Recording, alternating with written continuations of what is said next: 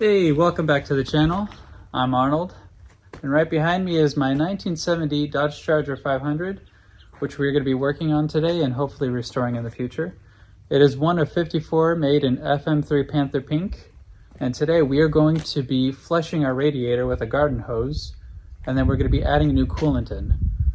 And I'm going to teach you how to do this, so if you're working on any classic car from, let's say, 1976 or below, this video might be informative for you, so join me.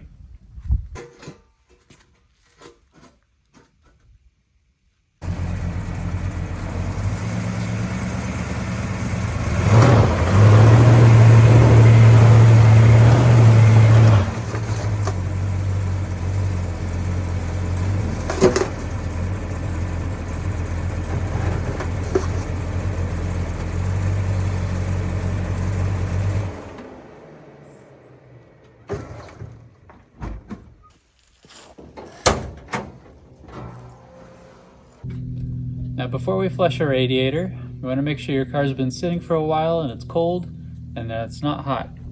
If your radiator is still hot and you open the cap, the liquid inside will steam and it'll hit you in the face. So you have to be cautious because these radiators are not pressurized. Now we're going to slowly open up the cap.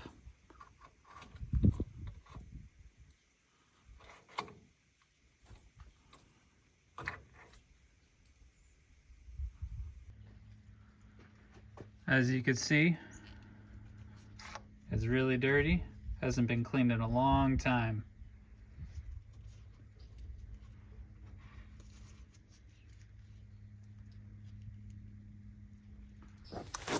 Alright, now I'm going to go underneath the car. I'm going to open up the cap from the radiator down below, and we're going to catch the excess fluid in our pot right here.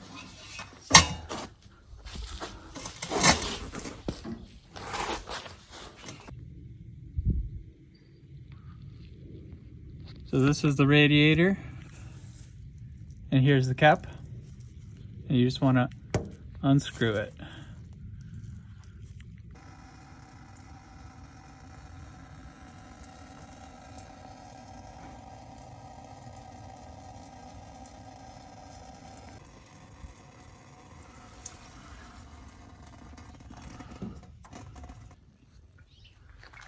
Now that we have unplugged our radiator, we let all the fluid drain out. Now it's time to take the garden hose and flush out the radiator, get all that debris and dirt out.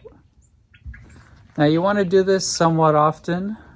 You want to make sure that your radiator's clean, make sure that it's not empty. Otherwise, your engine may overheat and you'll have performance issues.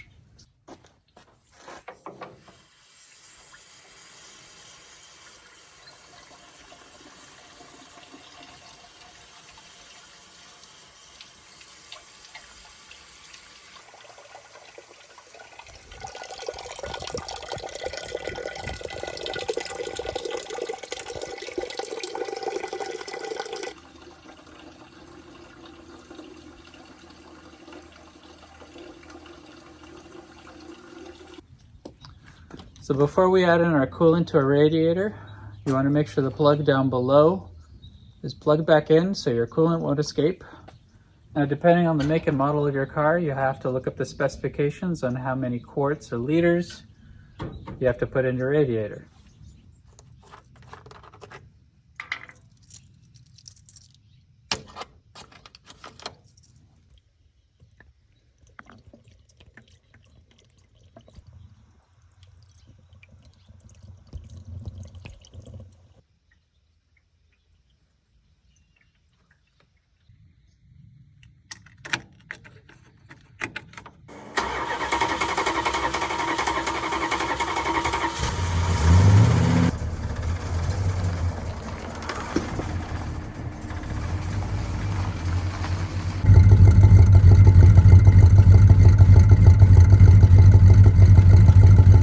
Now that we put new coolant in our radiator, now it's time to take it for a drive. And I hope you learned something from this video. We'll see you next time.